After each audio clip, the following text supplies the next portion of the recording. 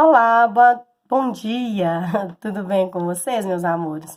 Vamos começar agora a correção da nossa semana 2, sexto ano, PET 3. Tudo bem? O nosso assunto é a sociedade mesopotâmica. A origem da civilização, um texto de Luiz Antônio Girón. A planície fértil entre os rios Tigre e Eufrates, confinada pelo deserto do Sinai, a cordilheira de Zagros, o mar Mediterrâneo e o Golfo Pérsico, recebeu dos gregos o nome de Mesopotâmia, a terra entre dois rios. Então, Mesopotâmia significa terra entre dois rios, que são os rios Tigre e Eufrates. Hoje, esse território desértico pertence ao Iraque e ao Kuwait. São dois países, tá? Que fazem parte hoje da região que era a Mesopotâmia antigamente. Lá estão soterrados objetos, lendas e fatos ainda a serem descobertos. No livro Babilônia, a Mesopotâmia e o Nascimento da Civilização, de 2010, lançado no Brasil pela editora Zahar, o historiador austríaco Peter Kriweisker, que nasceu em 1937 e faleceu em 2011, se propôs a decifrar alguns dos segredos ocultos sob as areias, que viram nascer o que chamamos hoje de história. A tese desse autor é que a civilização mesopotâmica não foi erguida por um só povo, e sim pelo encontro de tribos diversas, ou seja, vários povos, tá? Isso é muito importante a gente lembrar. A civilização mesopotâmica não foi erguida por um só povo, e sim pelo encontro de tribos diversas.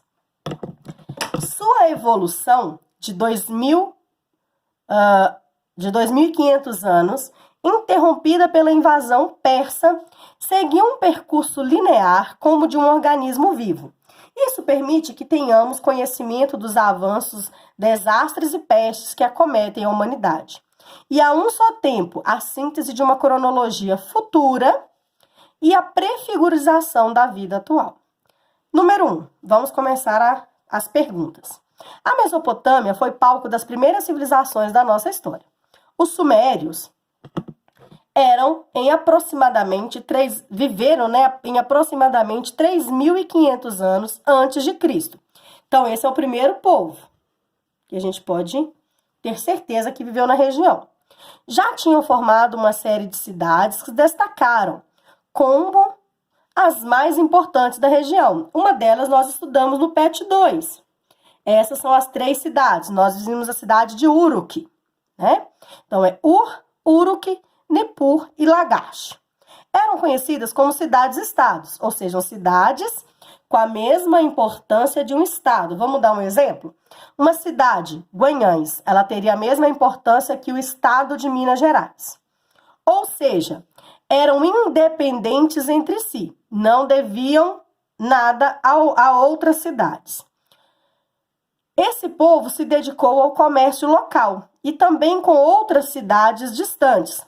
Com o crescimento dessas atividades, os sumérios começaram a registrar suas transações comerciais. Esses registros eram feitos pelos escribas em tabuletas de argila, como podemos observar na imagem a seguir. Então, pontos principais aqui do texto. Cidades-estados eram independentes entre si. Esse povo sumérios se dedicou ao comércio local e também com outras cidades. Os sumérios começaram a registrar suas transações comerciais, ou seja, compra e venda.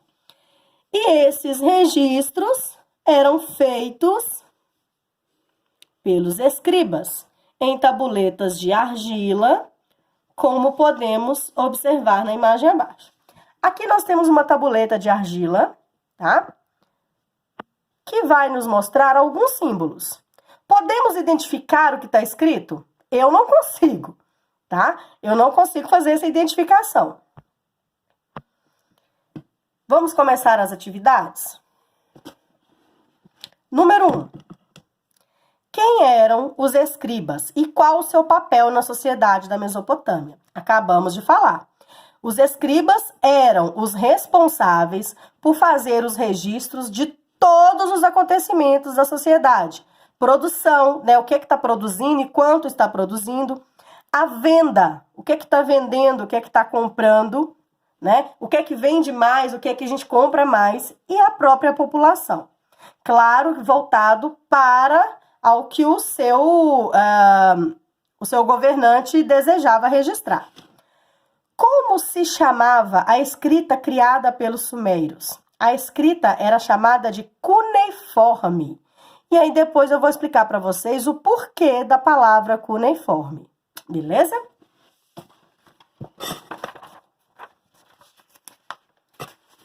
Letra C.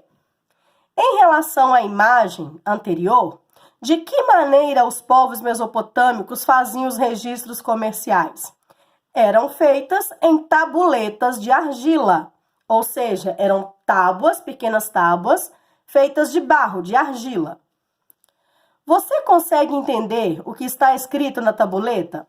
Segundo a legenda, que tipo de registro está contido na imagem? Eu falei para vocês lá anteriormente, eu não consigo identificar, né? E o que está escrito lá? No finalzinho da imagem, está escrito assim: nota de venda de um escravo e um edifício pelos sumérios. Está escrito no pé da imagem, bem aqui embaixo, olha. Nota de venda de um escravo, de um escravizado do sexo masculino e um edifício em Jurupaque, tabuleta suméria. Continuando, letra E. Como era feita a escrita na Mesopotâmia? Usavam tábuas de argila e um objeto com formato de cunha. Com o tempo e a necessidade, as formas foram sendo simplificadas. O que é uma cunha, gente?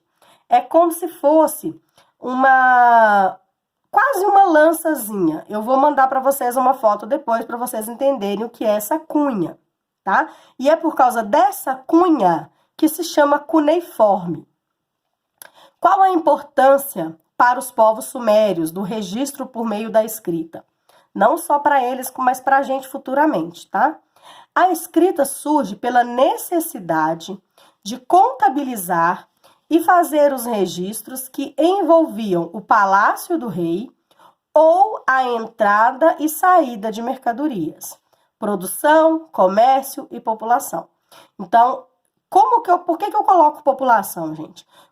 Porque eu vou saber, por exemplo, através da minha produção, o quanto a gente está consumindo, o quanto está sobrando para poder vender nesse comércio. Se aumentar a produção e diminuir o consumo, eu sei que é porque tem pouca população. Agora, se eu tenho a mesma produção e tá sobrando pouco para o comércio, é porque a população aumentou, né? Se a minha produção caiu, o meu comércio também vai cair, tá bom? Durante o Império Babilônico, número 2, logo após a unificação da Mesopotâmia, o imperador Hammurabi ganhou destaque por ter criado um dos primeiros códigos de lei, o Código de Hammurabi. Esse código era composto por centenas de leis, muitas delas baseadas em costumes dos povos sumérios e também em códigos anteriores ao reinado do Império Babilônico. Aqui embaixo, nós temos o Código de Hammurabi, que está disponível, né, em museu. E aqui nós temos, esse é o código, tá? Aqui está a lei e aqui é um pedacinho do que está escrito aqui. Hammurabi, ele foi um rei da Babilônia e ele criou esse código. Para que ele servia? As leis eram apenas orais, antes desse código aqui. E mudavam sempre, mudavam de acordo com o interesse e com a necessidade, tá? Então, por isso é que ele vai fazer esse código aqui. Descreva o que você observa na imagem acima.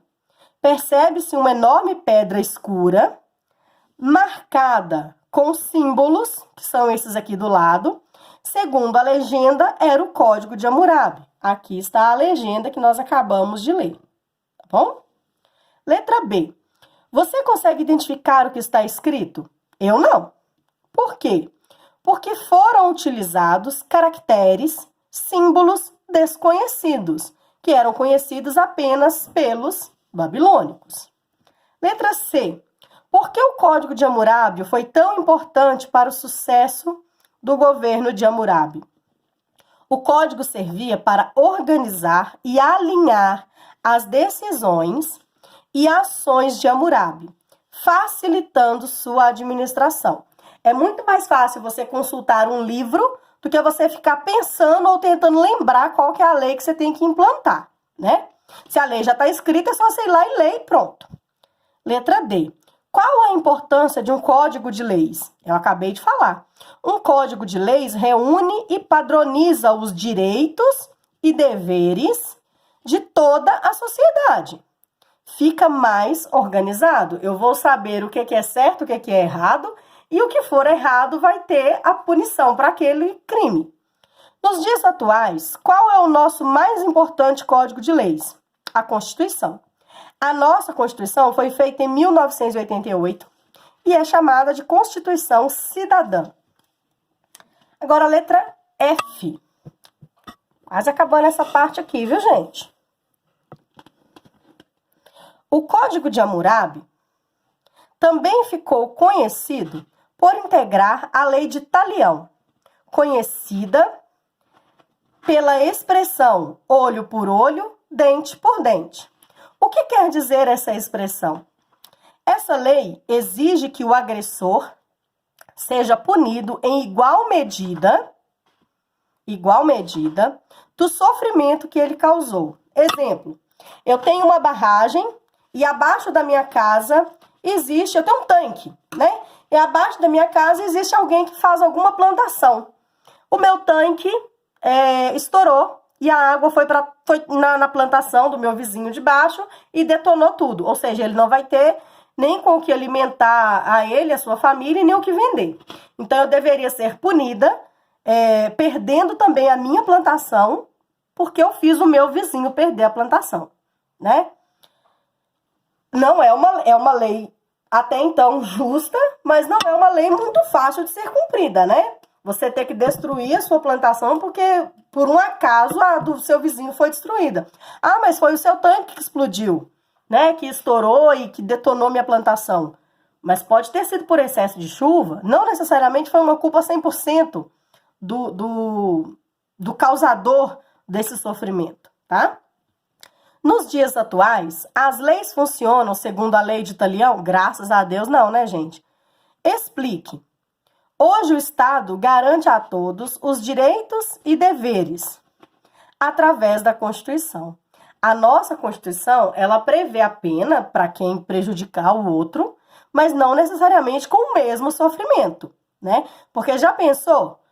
Tudo que eu fizer para uma pessoa, ela ou a família ter o direito de fazer comigo, a gente ia ter um número de violência enorme no país, né?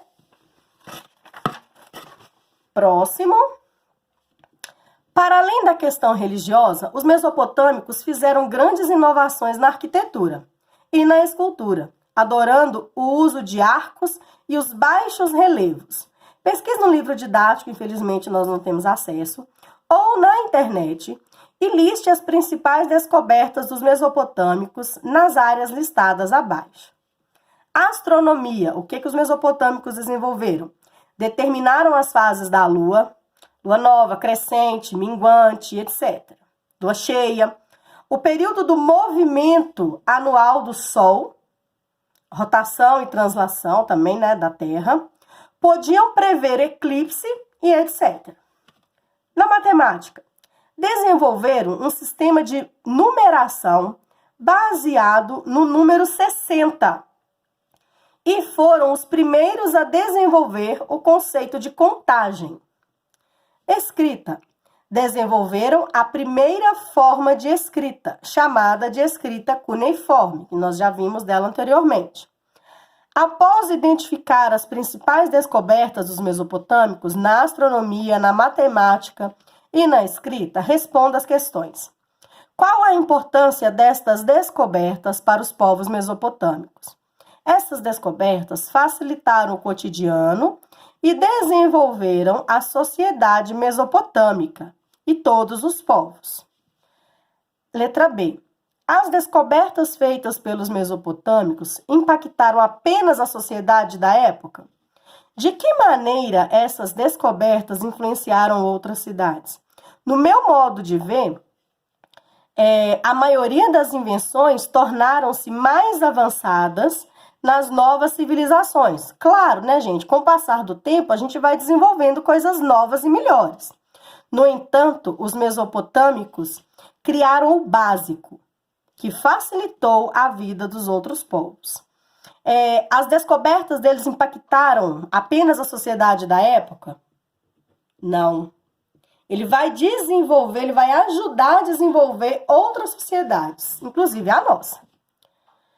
Quais dessas descobertas ainda são utilizadas nos dias atuais? O uso de um sistema baseado no número 60, a escrita, né? Porque eles começaram a escrita cuneiforme e com o tempo o homem foi evoluindo até chegar no alfabeto.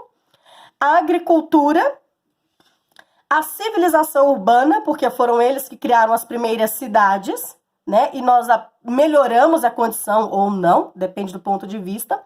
Então, tudo isso que foi desenvolvido por eles nos ajuda a desenvolver uma sociedade hoje mais organizada, mais controlada, né? O próprio Código de Hammurabi, a primeira constituição, digamos assim, criada lá pelos mesopotâmicos, serve de inspiração para todo mundo, porque todos os países também vão possuir essa constituição, esse código de condutas, esse código de regras, né? Para poder organizar melhor a sociedade.